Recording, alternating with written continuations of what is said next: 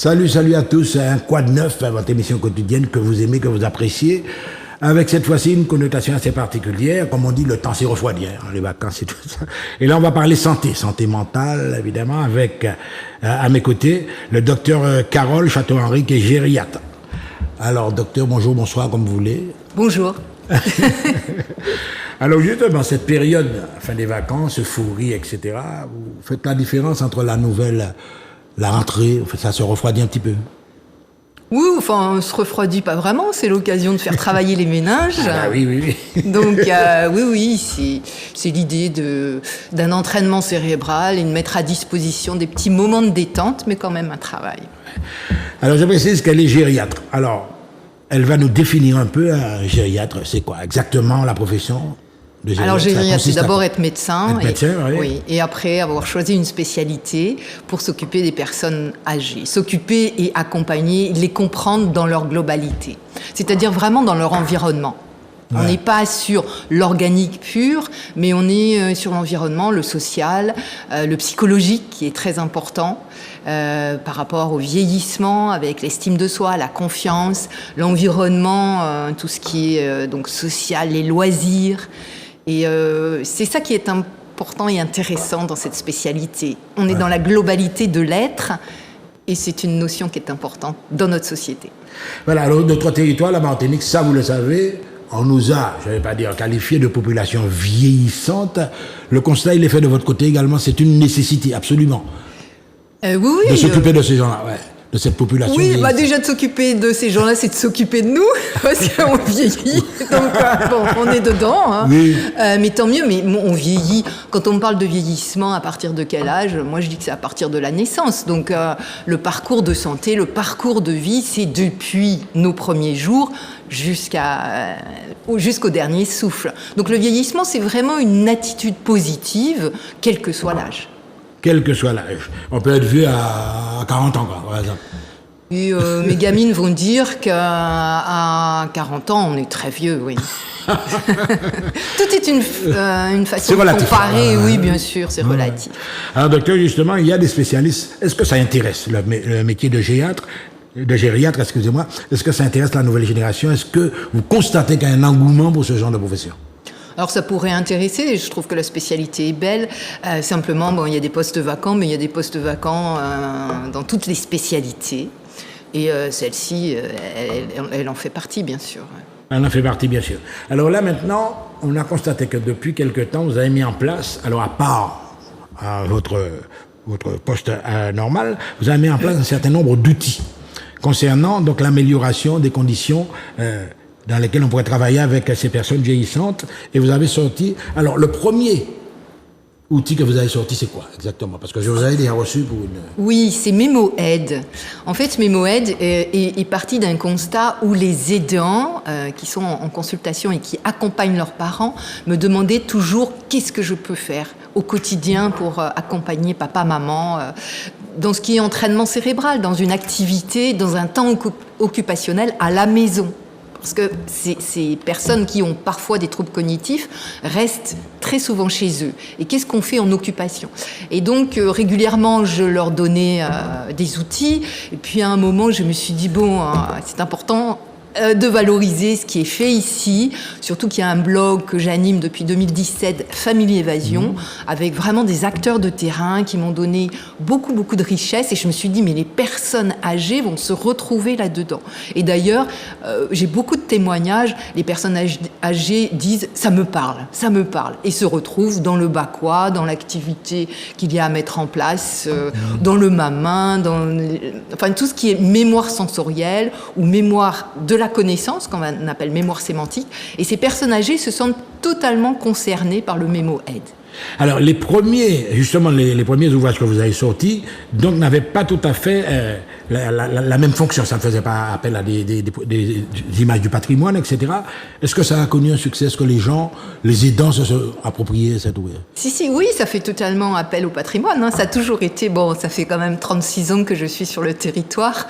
Peut-être que j'avais quelques affinités quand même à mettre dans ces bouquins. Et réellement, il a été très, très bien reçu. Et c'est grâce à ça, qu'il y ait des photos, des églises, de choses qui sont importantes, que l'on connaît bien, que l'on reconnaît. Qui sont ancrées dans le terroir, évidemment, oui. Des paysages, même concernant la faune, les plantes, tout ça. Ouais. Totalement, donc des fleurs, tout ça. Et ces personnes-là ont été vraiment sollicitées avec une mémoire autobiographique, leur vécu, qu'elles ont pu rapporter aux aidants qui ne connaissaient parfois pas les choses. Par exemple, le mamin, il y a beaucoup de personnes âgées qui disent que c'était dans le jardin créole de leurs parents derrière, et puis les jeunes personnes ne connaissent même pas cet arbre qui est le long des berges, et par exemple au Lamentin, il y a le canal, le mamin. Voilà. Je précise qu'on va voir le crocodile Georges se promener par là. Alors ce que vous dites là, c'est très important. À la fois, c'est la thérapie, c'est l'outil, mais c'est intergénérationnel. Alors, oui. Même les petits aussi, ils peuvent... Oui, alors ça c'est sur le MémoAide, bien sûr, oui, il y a des profs des écoles qui l'ont utilisé, il y a les grands-parents qui montrent ça aussi aux petits-enfants, c'est intergénérationnel, absolument, et j'ai eu la chance, on m'a envoyé des photos, et parfois c'est le contraire, c'est les petites filles qui sollicitent la mémoire des grands-mères pour pouvoir apprendre, mais en même temps c'est un travail pédagogique, donc pour les grands-parents. Donc vous avez compris, il y a un peu de tout, ça trait au patrimoine, ça peut être utilisé par les psychomotriciennes également. Oui. Même alors, les kinés. Même les kinés. On m'a dit que vous avez surpris. Oui, je suis allée. Dans le cabinet de kiné, vous l'avez dit, mais qu'est-ce que tu fais avec ça? Il travaille avec aussi, ouais. Il me disait qu'il servait pour des séances d'écriture après un AVC pour la rééducation et que ça pouvait mobiliser, tout ce qui était moteur. Voilà. Alors là, vous nous avez sorti, vous m'avez dit que vous avez profité de la période du Covid pour pouvoir faire une introspection et pour vous dire, bon, je vais leur trouver un produit exactement ce qui correspond. Découvrons la Martinique en juin. Donc une approche ludique, on va dire ça comme ça au départ. Alors, je vais vous le remettre, vous allez présenter au fur et à mesure les exercices, en fait, comment on peut appréhender un pareil ouvrage. Alors là, voilà, docteur. Merci. Alors c'est 40 grilles de mots croisés. Oui. D'accord. Donc ça fait partie de cette idée de la prévention pour bien vieillir, être en santé, et avec les 3 M, comme je dis, donc bien manger, bien mobiliser, et ce pilier-là qui est bien méninger. Oui. Donc méninger, pourquoi? C'est un entraînement cérébral qui fait que, ça a été démontré, plus on se creuse les méninges, plus il y a ce qu'on appelle une neurogénèse, c'est-à-dire des nouveaux neurones qui se forment et qui sont performants, parce que ça peut être créé, mais ne pas bien fonctionner. Tandis que là, la neurogénèse, par rapport à la plasticité cérébrale, fait que... Alors, plasticité cérébrale... Non, mais les termes sont tellement techniques, vous avez plasticité cérébrale. Mais, excusez-moi, docteur, de vous interrompre. Quand vous avez parlé de bien... L'hygiène alimentaire, c'est compris dans ça aussi? Oui, les 3 M. On peut même rajouter un 4e M qui est méditer, la méditation. Tout ça a été démontré scientifiquement, avec des radios vraiment à l'appui, qui montrent qu'il y a, alors pour reprendre, la plasticité cérébrale, c'est les mouvements des neurones avec la multiplication des neurones. Les neurones, c'est les cellules de la mémoire. D'accord, ça nous permet, et des fonctions cognitives, ça nous permet de communiquer, ça nous permet, depuis ce matin, de fonctionner. Le cerveau, c'est notre boîte centrale, d'accord. Et avec le vieillissement, les neurones ont tendance à, comme nos cheveux blancs, à apparaître et donc à diminuer ou à être moins performants. Et on a vu, c'est pas l'expression, mais ça nous fait bien réfléchir. Le cerveau, c'est comme le muscle. Si on ne travaille pas nos muscles, on devient... Il s'atrophie, quoi. Ouais. Voilà, on diminue notre volume musculaire. Et le cerveau diminue également. Alors, ça se voit pas dans une boîte crânienne, mais ça se voit dans notre quotidien. C'est-à-dire, si j'ai 70 ans et plus, je vais parler plus lentement ou comprendre ma fille plus lentement également, parce qu'elle va aller très très vite dans ses informations.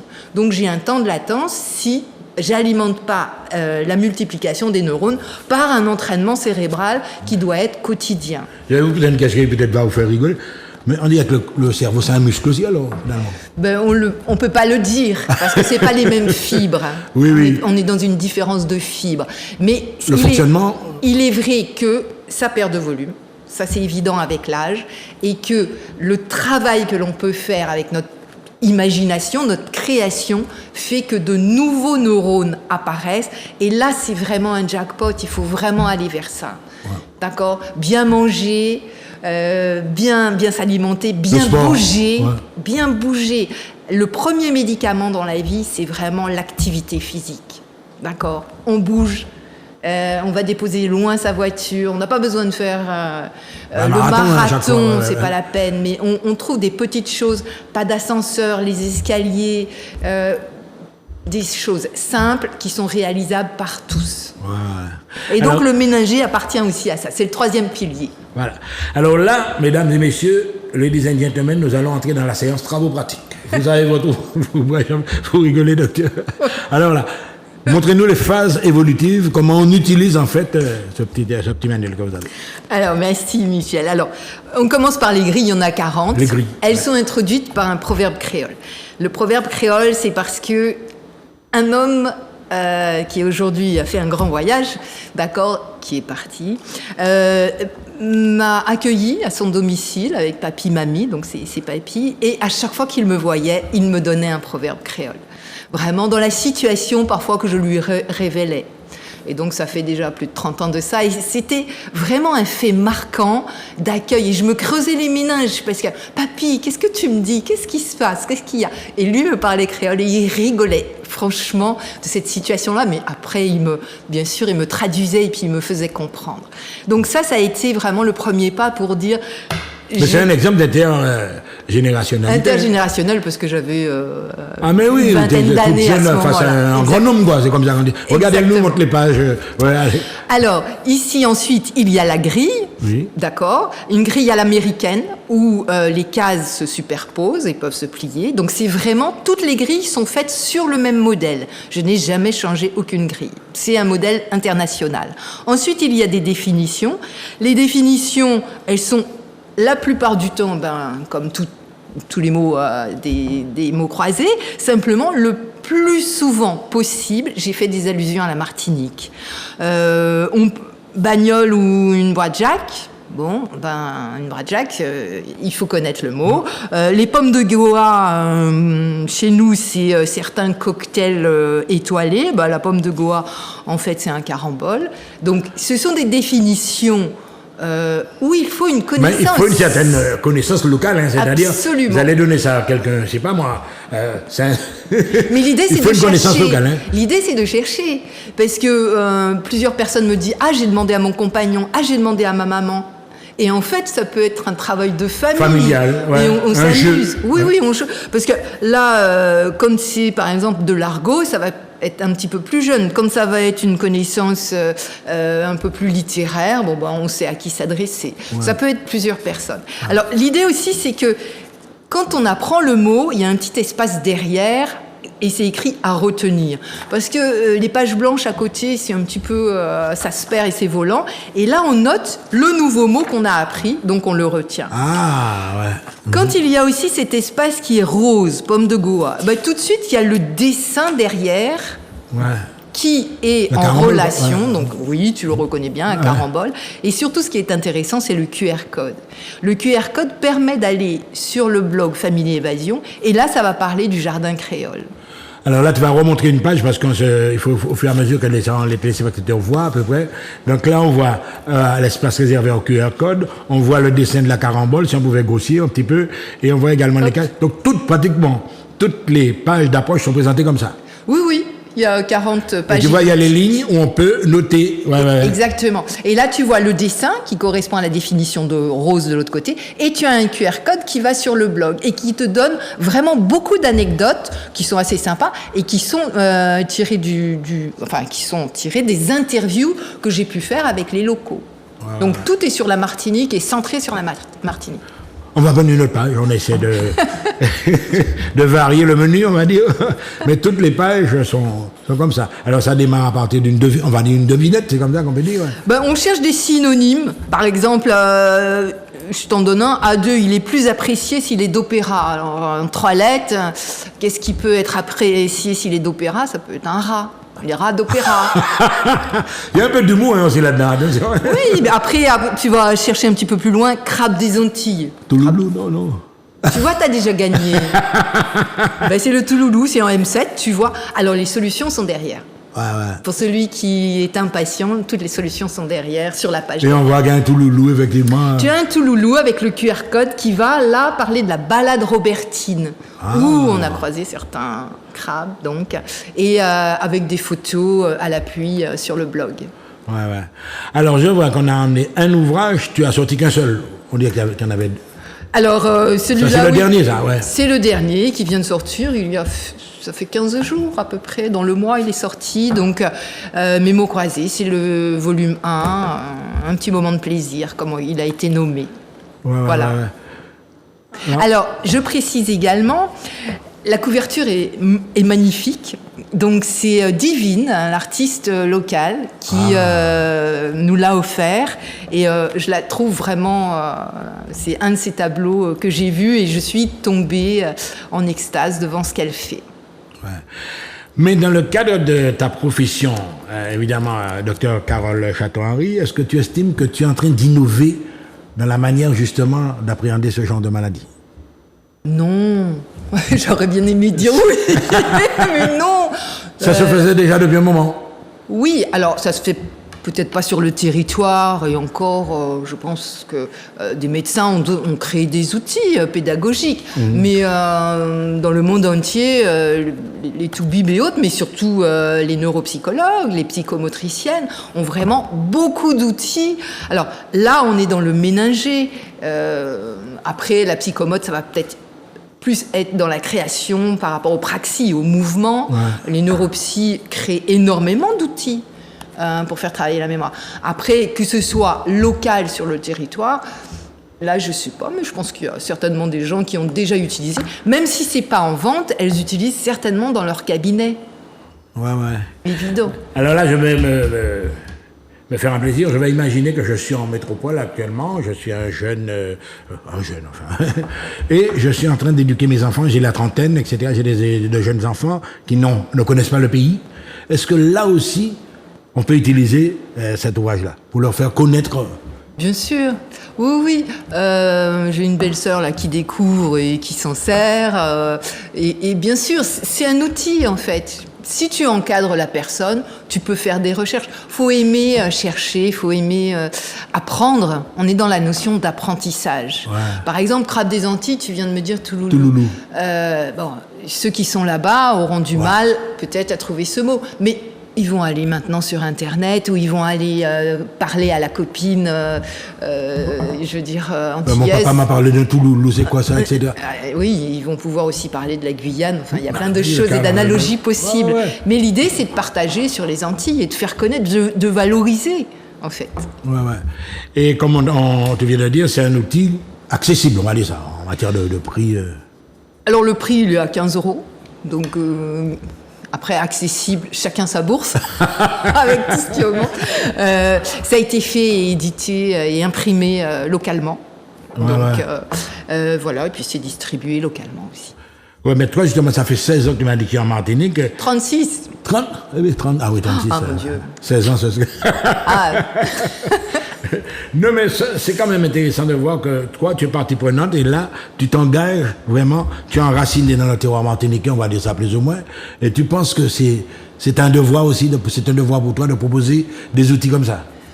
Oui, en fait, tu as raison, je trouve que c'est un devoir. La Martinique me donne tant que je me sens obligée de donner. La Martinique m'accueille à bras ouverts depuis le début, que ce soit dans les familles, que ce soit les amis, que ce soit les gens que je rencontre au hasard. Et ça, faut le notifier. Je veux dire, c'est important. Donc, redonner, je reçois. On doit donner. Ouais, mais le problème aussi, c'est que des fois, on a affaire à des gens qui sont âgés, etc., mais qui sont aveugles aussi, Est-ce que tu as prévu des trucs pour tes... Par exemple, le mémoaide, tu fais une lecture. Parce que les gens veulent vraiment des outils. C'est ça, ils ont un besoin. Et donc, souvent, c'est les personnes qui me disent « je le veux ». Alors, je dis « écoute », et tout de suite, il faut trouver une réponse. Parce que quand tu donnes... Enfin, quand tu vends en fait quelque chose, il faut vraiment, alors que tu dis mais non c'est pas adapté et que la personne le veut, eh ben tu trouves des choses. Tu dis écoute, faisons une lecture et échange. L'important est le fil rouge. Et puis à ce moment-là, tu vas faire parler sur les mémoires sensorielles, les mémoires des sens. Tu te rappelles, mais tu me parles de l'abricot pays. C'était quelle couleur, c'était quel goût. Et tu te rappelles maman, elle a fait ça. Mais tous les sens entrent en action. Ouais. Oui, si tu veux pour quelqu'un qui est aveugle. Tu es obligé de trouver parce qu'ils te prennent le bouquin quand tu dis mais non c'est pas pour vous, dis si je le veux et donc hop on va chercher comme cette copine qui me dit qu'elle l'utilise en EHPAD, c'est elle-même de façon très ingénieuse qui a trouvé totalement son utilisation et qui en fait un fil rouge pour discuter et c'est ça qui est important. De toute façon, quand tu fais des séances de dédicace, ça t'arrive quand même de faire ça, des séances de dédication. Oui. Est-ce que tu donnes tout ce que nous sommes en train de dire là? Tu expliques tout ça aux gens qui viennent? Parce que les gens, tu vois, ils aiment bien les recettes miracles. Ah bon, elle fait des bouquins, mais voilà, ma grand-mère est là, elle s'ennuie là, voilà. Est-ce que tu leur expliques? Bien sûr. Oui, Michel. Déjà, je leur dis que c'est pas un médicament. C'en est pas un. Et que ça nous permet de nourrir, en fait, notre réflexion. On va aller la chercher, on va chercher des choses. Et puis, je parle du public qui peut être différent de mes moeds, d'accord ? Parce que ça peut être des gens qui sont cruciverbistes, comme on dit, qui ont l'habitude des mots croisés.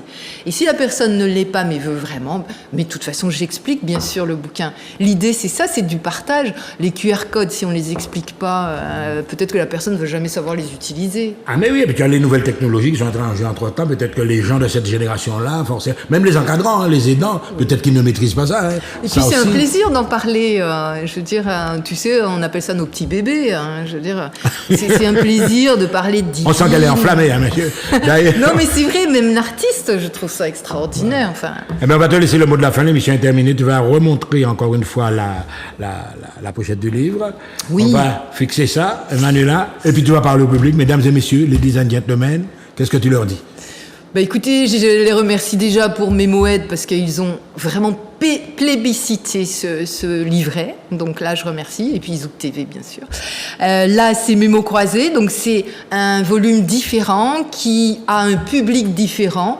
Mais en fait, c'est toujours les amoureux de la Martinique. Donc on est plein et tant mieux. C'est la valorisation du territoire. Et puis c'est ménagé. Donc c'est cet outil qui nous permet de multiplier nos petits neurones. Parce qu'avec l'avancée en âge, ceux-ci diminuent. En tout cas, merci beaucoup, docteur Carole Château-Henry. Un outil de plus, n'est-ce pas, destiné à nos aînés. En tout cas, c'est un plaisir pour nous de l'accueillir sur Zouk TV, bien sûr.